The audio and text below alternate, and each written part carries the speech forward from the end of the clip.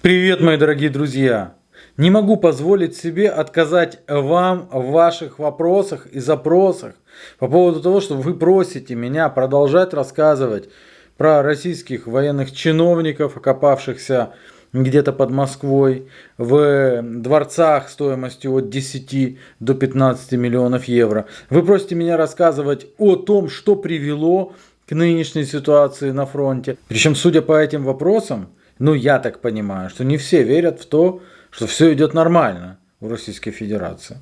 Я не могу вам отказать без сомнения, поэтому сегодня расскажу вам про снаряды немножечко. Не про те ракеты, которые заканчиваются, это стало уже мемом, да, заканчиваются ракеты, а они все никак не закончатся, а вот про снаряды, которые уж точно закончиться никак не могли. Тем не менее, я получил, будем так говорить, письмо от группы товарищей, у которых с нами абсолютно разные мнения, убеждения и стремления в этой, как они называют, спецоперации, я говорю, войне. Итак, по снарядам. Просьба передать большой привет генералу армии, герою Российской Федерации СК Шойгу. Генералу армии, герою Российской Федерации ДВ Булгакову. Генералу армии, герою Российской Федерации ВВ Герасимову. За вклад в предотвращение наращивания производства. А также СВ Чемезову, так как Техмаш был передан в технодинамику. В принципе, набор какой-то набор фамилий. Не понять, что к чему. Шойгу мы слышали, конечно же. Кто-то слышал краем уха и Чемезова. Краем уха слышал это и я. И это вступительная, скорее всего, часть.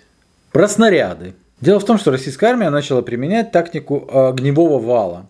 Тактика огневого вала – это ничего нового. Впервые она описана была в 1941 году, причем в начале 1941 года, задолго еще до начала Великой Отечественной войны ее описали, а потом она была применена, против войск Паульса, и там просто перемалывала их.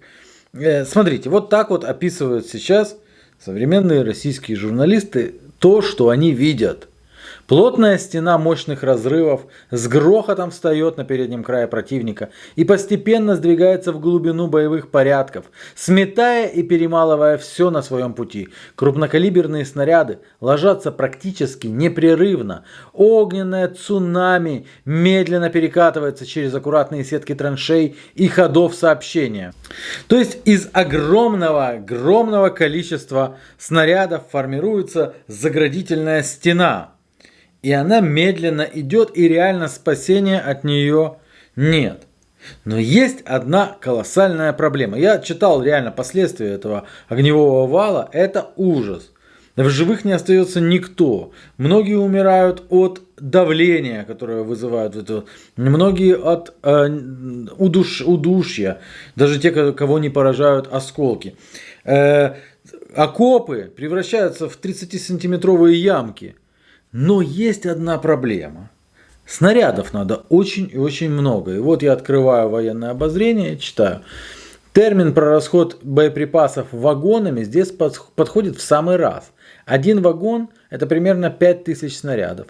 А их для вспахивания таких позиций, как в Марьинке, хватит в лучшем случае на день-два. Даже на одну небронированную цель тратится по 300, а порой по 500 снарядов. Тактику огневого вала восхваляли долгое время мудрые эксперты, которые не было известно сколько в Российской Федерации снарядов. Но, тем не менее, зачем об этом думать? Даже скажу так, да? Вот смотрите-ка. Огненный вал. Старший научный сотрудник Академии военных наук Прохватилов. Деморализация личного состава ВСУ зашла так далеко, что скрыть ее невозможно. Так что вполне вероятно появление в тылу передовой линии ВСУ заградотрядов, которые будут просто расстреливать спасающихся бегством. Витал дух грядущей перемоги, но куда же он делся? Почему ВСУ не смогли перехватить даже тактическую инициативу? Украинский фронт начал рушиться, не выдержав натиска катка союзных войск. Все дело в том, что на втором этапе спецоперации российское командование начало применять новую тактику огневого вала, на которую украинские военные просто не нашли достойного ответа. Старшему научному сотруднику виднее, как говорится. Что делать со снарядами? Дело в том, что в уже в НАТО, ну и в Европе взвыли от того, какое количество снарядов потребляют вооруженные силы Украины. А огромное количество боеприпасов. Якобы малые страны НАТО исчерпали уже вообще свой потенциал, а 20 из 30 членов значительно исчерпали себя. Дошли до того, что отдельные страны НАТО фактически отправили большее количество того, что у них было, оставив себе, возможно, если там действительно кто-то решит нападать, и кто-то сильный, к примеру, да, то может быть на полдня сопротивления снарядов. Это не шутки. Точные данные засекречены, но судя по тому, как публично об этом заявляют первые лица отдельных государств Европейского Союза, это говорит о том, что проблема уже колоссальная. Они ошеломлены количеством потребляемых снарядов. Сообщается, что во время активных летних сражений ВСУ использовали по 7 тысяч снарядов в день. Но сколько использовала Российская Федерация? Больше. 40 тысяч снарядов в день.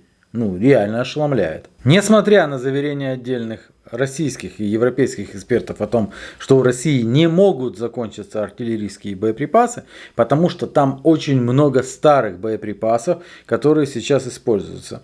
Некоторые это ставят под сомнение. Дело в том, что война в Украине стала самым крупным конфликтом в Европе со времени Второй мировой войны. Россия использовала боеприпасы.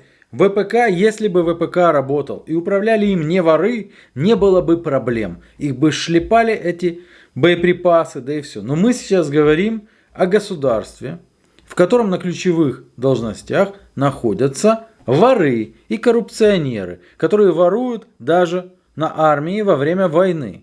За что, в принципе, при Иосифе Виссарионовиче Сталине полагался расстрел, к стенке ставили. Итак, 2 войны в Чечне. Война в Грузии, Донбасс, Сирия. В Сирии огромное количество боеприпасов было израсходовано, потому что там Россия знатно надавала по заднице ИГИЛ и хорошо показала мускулы. Эксперты говорят, что в принципе за полгода войны в Украине Россия должна была израсходовать уже 7 миллионов снарядов. При таком раскладе голод артиллерийский может наступить к концу года. Ой, а мы уже почти у конца года. И вот в сети гуляет некое видео, на которое отдельные люди обратили внимание. Это фотография 152 миллиметрового артиллерийского боеприпаса. Из маркировки видно, что это ОФ-32 822-3П. Это значит изготовленная она в 22 году. А это о чем говорит? А говорит это о том, что используются боеприпасы новые. Ну а вы понимаете, что всегда используются старые. Это принцип супермаркета. Да? Старое выставляется вперед. Здесь почему-то новые боеприпасы оказываются уже на фронте. И если в ситуации с Украиной, а сейчас там отечественный военпром начал выпускать свои собственные снаряды, и вот они якобы уже сейчас поедут на фронт с колес. Почему? Ну, потому что у Украины нет запасов, конечно же, такой артиллерийских снарядов, и они все получают. То есть получают из того же Евросоюза, и поэтому Евросоюз уже взвыл. А у России им никто их не поставляет. То есть у них они свои. И они вдруг внезапно заканчиваются. Такое невозможно было бы, если бы военпромом руководили люди, которые думают немножко о своем государстве, к примеру. Но мы тут встречаемся с фигурой некого Чемезова. Господин Чемезов, к примеру, в 2020 году рассказывал о том, что Армата пойдет в войска. Он сообщил, что в войсках она будет уже с 2021 года. Вы, я уверен, очень много Арматы видели в итоге в войне в Украине. Конечно, вам могут сказать, что мы еще не начинали, но всем понятно, что уже все-таки начинали. Сейчас господин Чемезов рассказывает о том, что поставки Ростехом вооружений идут с опережением даже графика. Это он рассказал вот только 23 ноября. Но интересно, что происходит на самом деле, на земле. То есть есть банкир. Банкир это является доверенным лицом Чемезова. Это не скрывают даже средства массовой информации Российской Федерации первого эшелона. То есть я же говорю, мы даже не углубились еще в тему, но уже знаем, что банкир, глава НК банка владелец Виктор Григорьев выкупил у госкорпорации, к примеру, холдинг Технодинамика и еще целый ряд предприятий оборонной отрасли. Как это так? Подождите, это же оборонка, как это кто-то выкупает? Что это значит? Еще раз говорю, мы еще не понимаем, что это значит, потому что я такого еще не встречал. Но мы точно знаем, что в 2020 году та самая Технодинамика, которая уже принадлежала по сути Чемезову через Григорьева, выкупает технологии машиностроения Техмаш. А этот завод специализируется в области разработки серийных поставок боеприпасов в ударной группировке вооруженных сил Российской Федерации. По данным Интерфакса, в 2019 году эта компания получила 5,2 миллиарда чистой прибыли при выручке 7,4 миллиарда. Это просто золотое дно. То есть вот уже появляются какие-то лица, которые могут нести прямую ответственность за то, что сейчас в российской армии не хватает этих самых боеприпасов. Ну смотрите, ракетные войска и артиллерия вооруженных сил Российской Федерации в настоящее время оснащены главным образом следующими орудиями. САУ-2С1 «Гвоздика» это 122, САУ-2С3 «Акация» это 152, САУ-2С19 «Мста» 152, ну короче 152, 152, вот тут вот 203 и 152. Но постойте, а что же выпускает то предприятие, на которое так рассчитывают люди, которые через меня передают привет господину Чемезову и, собственно, предприятиям. Итак, вы помните, что надо российской оборонке. 152, 122, 122 и 152.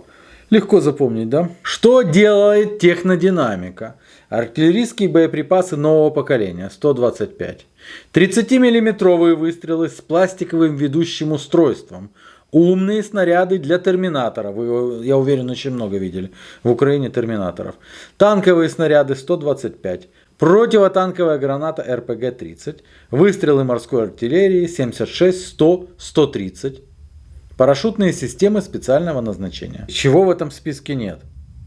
Нет как раз 152 и 122. Вот, оказывается, в чем. Но зато есть новая парашютная система. Почему так происходит?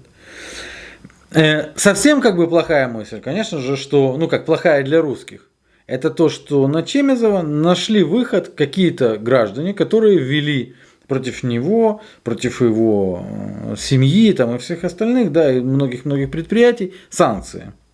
То есть вполне возможно, что эти люди уже давно как-то имеют какой-то доступ, таким образом подрывая обороноспособность Российской Федерации. Это плохая мысль. Хорошая мысль. Они просто создают иллюзию деятельности. Как танки «Армата» массово поступят в армию, да? Точно так же и здесь. Они делают какие-то боеприпасы, показывают их на выставках, в Абу-Даби где-то. Смотрите, какой там снаряд, там 30 миллиметров. Все смотрят, говорят, о, да, класс. Работает концерн. А то, что надо, не производится. В сентябре Нью-Йорк Таймс со ссылкой на данные разведки написал, что Россия закупает артиллерийские снаряды у Северной Кореи. На что моментально отозвался российский эксперт Леонков. Это бред. У нас очень развитая боеприпасная промышленность, которая работает, выпускает снаряды и ракеты серийно. У нас есть корпорация «Тактическое ракетное вооружение», которая делает номенклатуру ракет. Алмаз Антей, который выпускает зенитно управляемые ракеты. Есть концерн Техмаш, выпускающий широкую линейку артиллерийских реактивных снарядов. У нас все работает давно и серийно. Это тот, который говорил, что беспилотники, в принципе, это перед специальной военной операцией, он так говорил. А специальная военная операция показала кое-что другое. Государственный хороший эксперт. Я регулярно его встречаю на федеральных каналах, я их просматриваю, конечно, регулярно. И мы уже видели боевых котов-роботов, да, или что там собака-робот, я не помню, что там на него натянули. А потом оказывалось, что эта собака-робот или робокоп может быть приобретена на Алиэкспресс. Правда, раз в 40 дешевле. Что на самом деле никто ее не разрабатывал, кто там ее говорили, Алмаз Антей разрабатывал, да. Что на самом деле беспилотники, которые подаются, помните, Добрыня, это нам беспилотник, все уже. Причем рассказали об этом уже все. Наконец-то, как вроде сказали, можно. Я понимаю, почему можно, потому что надо это утопить, но показать, что Ланцет это супер-пупер беспилотник, да? Но когда-нибудь мы этим займемся. Давайте, друзья, так. Я, конечно же, буду следовать вашим просьбам и буду продолжать Однозначно, друзья, не собираемся сдавать темпа. Я просто даже представить себе не мог, какой там клондайк откроется. Потому что куда ни ткни, я такого еще в жизни не видел. Господина Чемезова мы еще, конечно, побеспокоим, потому что это нечто просто невообразимое. А те люди, которые говорят «передай привет», ну вот, я передал привет. От привета, конечно, снарядов не прибавится, да и не надо, потому что я-то пацифист и вообще против войны. Но, может быть, какого-нибудь Шойгу посадят. Или, ну, на Чемезова на этого посмотрят, приватизировавшего уже 75% оборонки Российской Федерации. Может быть, что-то тогда произойдет, а может быть и нет. Кто его знает. Но главное идти к цели. Пока.